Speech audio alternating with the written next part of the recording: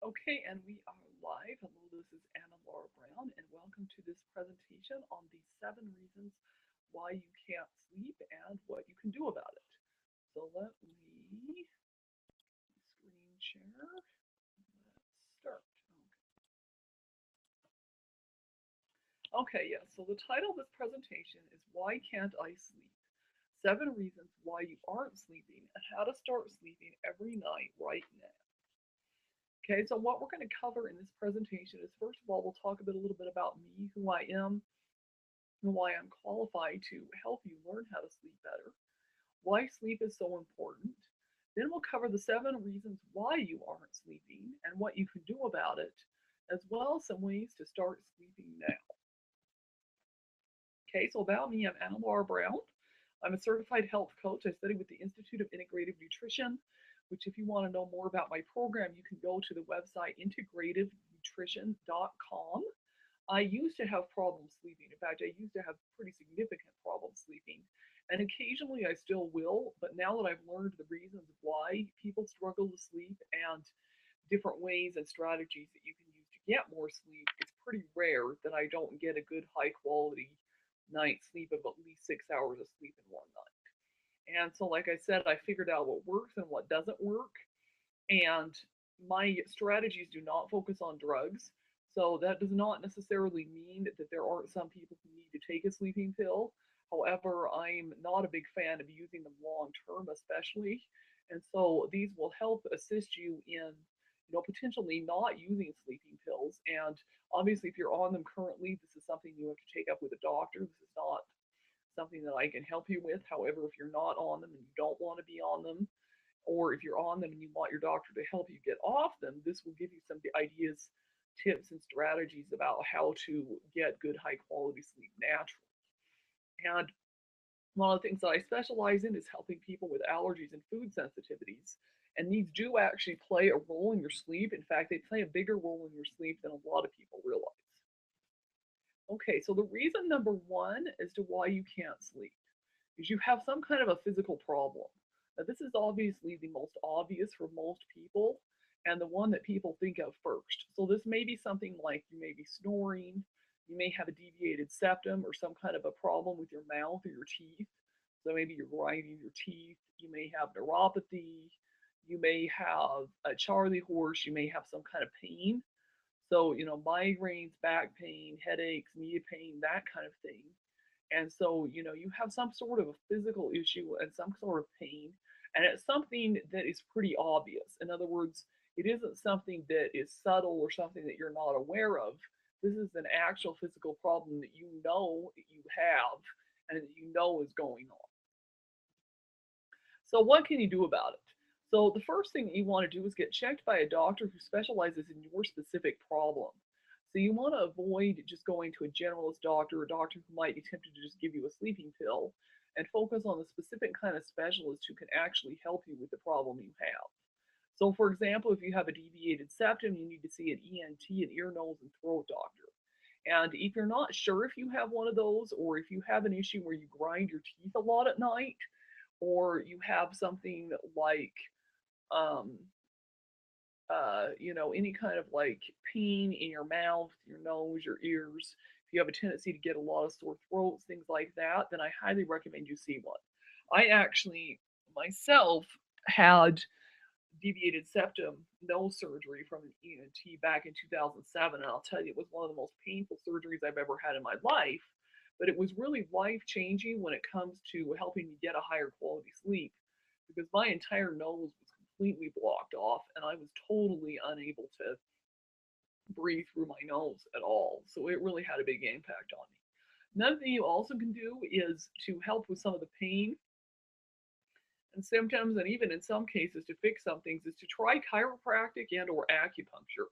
This is especially helpful if you have a lot of headaches or a lot of back pain, or you suspect you may have some kind of a neck or spinal issue, or maybe you've already been to a specific doctor, maybe you already had the surgery and you still couldn't quite get to the root cause of what was going on. You would probably be surprised at how much regular chiropractic adjustments and acupuncture treatments can actually help with this physical pain part of why you were not able to sleep. So if you haven't at least been to one or both of these, I highly recommend that you at least get evaluated and at least give it a try, especially if you're having a lot of issues with sleep. Okay. So, reason number two why you can't sleep is that you're eating and drinking too much right before bed.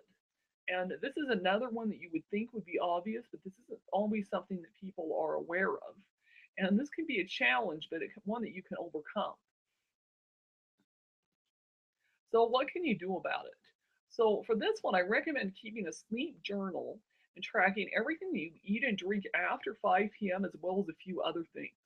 And I actually sell a sleep journal that I made up for $5. And I talk more about it at the end of this presentation. And what it does is this will help you with tracking what you're eating and drinking during the evening hours, as well as some other things that will help you pinpoint and recognize patterns and things that may assist you in why it is that you're not sleeping. Okay, reason number three why you can't sleep. You have food allergies and or food sensitivities. And yes, this is a bigger issue than many people realize. And let me explain here a little bit of the difference between a food allergy and or food sensitivity. So food allergies are most frequently associated with people who have anaphylactic shock. So like somebody who has a peanut allergy and has to have an EpiPen on hand just in case they accidentally get just a little teeny bit of a peanut. Also, food allergies are typically have more of an immediate response. So, like if you eat something and immediately your throat and sinuses swell up, or you immediately break out in a rash or have some kind of a stomach ache or something, then that's likely a food allergy, and creates the immunoglobulin reaction. However, food sensitivities are usually more subtle.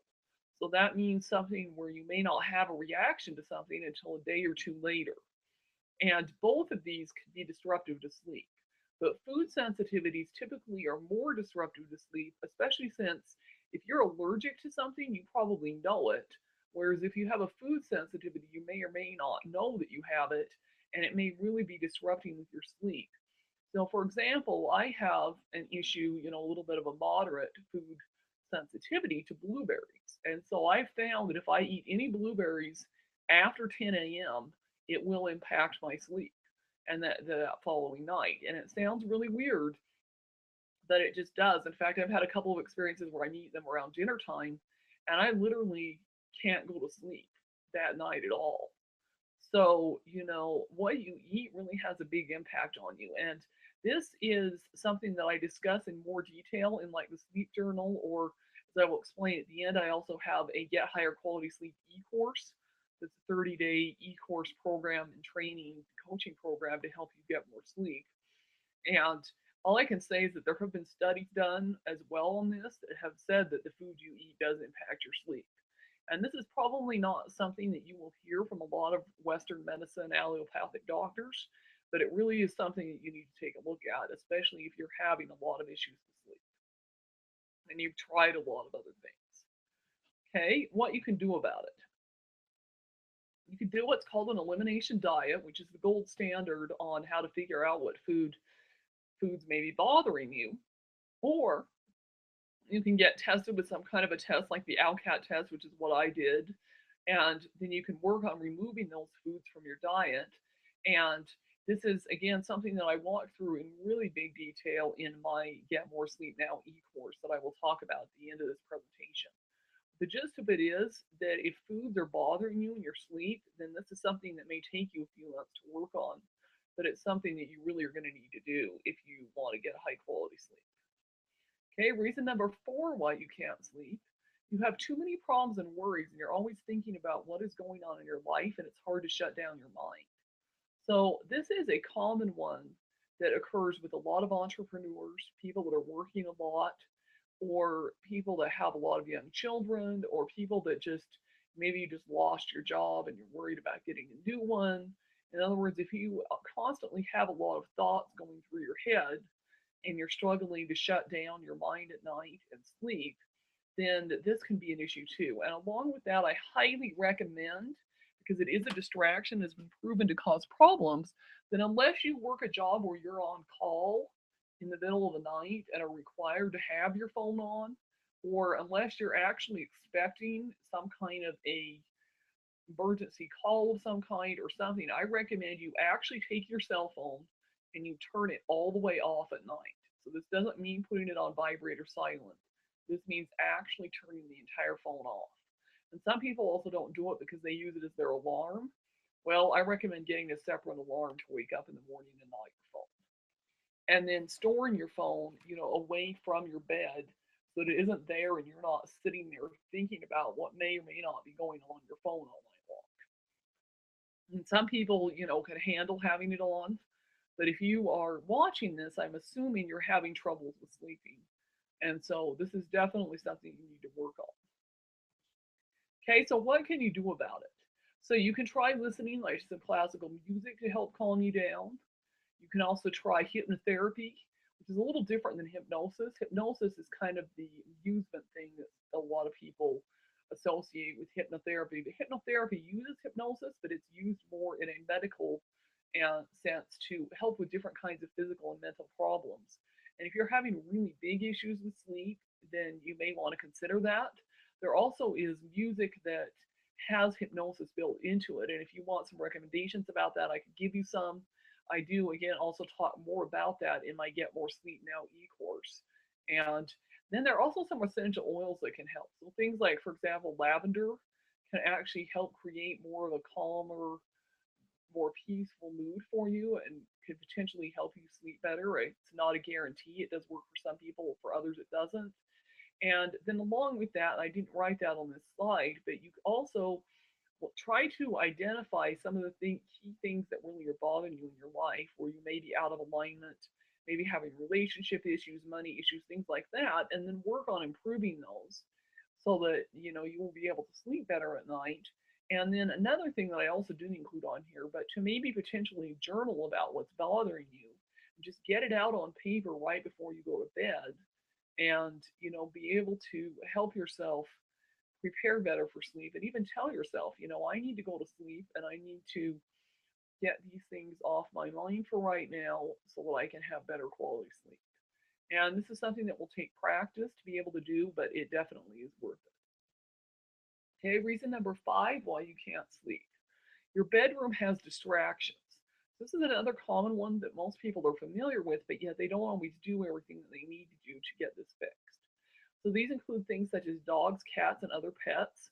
So yes, especially if you're having sleep troubles, but really even if you think you aren't, but yet you probably might even be having them, is that you shouldn't really have pets in your bedroom at all. And you really especially should not have them in your bed, even more so. And this may be controversial. I realize some of you may want that, but you really shouldn't for the sake of your quality sleep. Okay, and then also bright light, so making sure that the room is totally dark and that you don't have shining lights in your face or other kinds of things like that. And also beeping noises or other noises and distractions, or maybe even a partner who snores or doesn't sleep. So if you're married or have a significant other who you share a bed with and that person snores or is not sleeping, then that can create issues for you too. So what you can do about it. So remove them to the extent possible. So to the extent possible that you can remove the things that are distracting you, just get rid of them. And that may be easier said than done, but you want to do it as much as you can. And to the extent that you can't remove things, so for example, say you are married and you don't want to not sleep with your husband or wife because they're having troubles, you can help assist them and work with them to figure out why they aren't sleeping or why they're snoring or disrupting you. And you also can use things like an eye mask to help you block out the light from your eyes. You could use an earplug, if there's too much noise, things like that. Possibly turn on some calm music, that kind of thing to help you calm down. So, there are things that can be done about it. And this is actually probably one of the easier things to fix. Okay, now reason number 6 of why you can't sleep is that you have allergies. And this can be a big one. And they can be environmental or chemical, and they may not necessarily even be severe or be occurring only during what is classified as allergy season for a couple weeks in the spring and fall. They may even be happening all the time. And if you sneeze a lot at night or cough a lot at night or your sinuses are plugged a lot, then this is probably why. especially if you've already been to, as number one said, an ENT, an ear, nose, and throat doctor, and have already been checked, then you probably have some allergy issues going on. These can actually also be food related as well. A lot of people don't realize that even seasonal allergies and hay fever are food related to a large degree. So you want to take a look at that as well. Okay, what you can do about it. So you can work on fixing them. And for some of you, you may need a new or different kind of bed or bedding or pillows. So, you maybe, for example, have feather pillows and maybe you're actually allergic to them and didn't realize it. Also, they say that your bed should be replaced about every 8 years. So if you haven't had a new bed mattress in the last 8 years, you probably want to get one. And you can also use some essential oils or herbal formulas to help you reduce them. Or you may have food issues that are causing them, like I already mentioned before I actually even came on this slide. So again, lavender oil can help. There's also some others, marjoram, cedar wood, even eucalyptus to help open up your sinuses. Also, some herbal formulas, things like melatonin, may be able to help. Although you want to be really careful because melatonin actually can be addictive. And personally, I took it for a while, but the biggest problem I developed was I developed an issue where I would take it and I'd sleep, I would totally just conk out. And then in the morning, it was almost like I'd have a big headache because I had somehow slept funny. And then I ended up kind of having a hard time giving it up. So, you want to be careful with melatonin. It's not to say that you can't use it ever, but you want to be careful. And some other oral formulas, so things like, for example, drinking chamomile tea at night can sometimes help too. So, and you could investigate that also. That's where an acupuncturist could help as well too, because they're really good at herbs and that kind of stuff. And yeah, like I said again, look at food issues. Back to number three with the food sensitivities and food allergies. And you can also try using a neti pot to do a sinus rinse right before bed. So what happens is you put some warm water in a neti pot. You want to make sure it's fully cleaned, thoroughly cleaned out, so that you're not putting things in through your sinuses that you aren't aware of. And I also like to put, for example, say like one drop, and I'm really careful that it's only one drop of like peppermint or eucalyptus essential oil or something similar to go in through the water in the nose and help cleanse it out. And you can even put a saline solution as well, and that will probably help. Okay, reason number 7 why you can't sleep is you haven't slept properly in years and your body isn't used to it, or you may be taking too many naps during the day and your body isn't tired. So, what can you do about it? You can change your schedule. So, this is one reason that a lot of people have a really hard time working, for example, a graveyard shift. Then you have to sleep during the day when it's light and when you're not used to it and when there's distractions and things like that. And so, to the extent possible, you want to change your schedule. You also want to avoid naps during the day unless you absolutely have to have one. And especially if you are having some challenges with sleeping at night and you're taking naps during the middle of the day, this may be one of the reasons why. And then also, like I've already mentioned, you can use essential oils and or natural things like melatonin to help your body go to sleep. And then you also want to be tracking what's going on with your sleep. So that's where, like I mentioned here, how can I help you more? You can grab your copy of my sleep journal for only $5. And people, really, this is worth way more than $5. But I'm only charging $5 because I really want everyone who's struggling with sleep to have one. And this is a journal that you use for 30 days, and there's daily things to track, and there's also weekly things to track for the 4 weeks over the course of the month that will help you get a handle on different things that may be bothering your sleep, help you explore the patterns between and connections between what you're eating and drinking and other habits that you have formed that are impacting your sleep. And then if you really need some more in-depth help, you can see the URL there at adamlarabrown.com/sleep now, where you can get my 30-day sleep e-course for $97. So what this is this actually is a 30-day course that includes a bigger guide, some worksheets, some audios. Also, it comes with 30 days of coaching via email from me where you can ask me questions every day for 30 days.